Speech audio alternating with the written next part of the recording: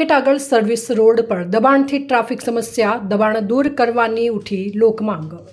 Tharad APMC market આગળના ભાગમાં આવેલ સર્વિસ રોડ તથા તેની બાજુમાં આવેલી ખાલી જગ્યાઓ પર કેટલાક દુકાનદારો દ્વારા ખુલ્લેઆમ દબાણ કરવામાં આવતા વાહન ચાલકોને ભારે હાલાકીનો સામનો કરવો પડી રહ્યો છે।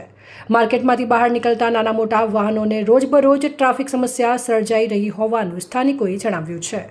સ્થાનિક લોકોના જણાવ્યા અનુસાર દુકાનદારો દ્વારા ખાણીપીણીના સ્ટોલ, ખાટલા, તાડપત્રી તેમજ અન્ય સાધન સામગ્રી રોડની સાઈડમાં અને ખાલી પડેલી જગ્યામાં મૂકીને દબાણ કરવામાં આવ્યું છે, જેના કારણે સર્વિસ રોડ સાંકડો બન્યો છે અને વાહનોની અવરજવર મુશ્કેલ બની રહી છે।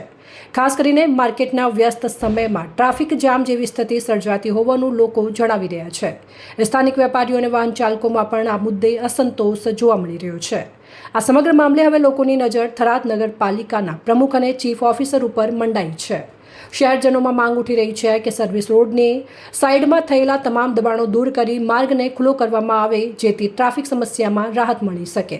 હવે જોવાનું રહ્યું કે નગરપાલિકા તંત્ર દ્વારા દબાણો સામે કાર્યવાહી કરવામાં આવશે કે પછી સ્થિતિ યથાવત રહેશે। અહેવાલ જીતુ બારોટ, સંબંધ ભારત ન્યૂઝ, થરાદ।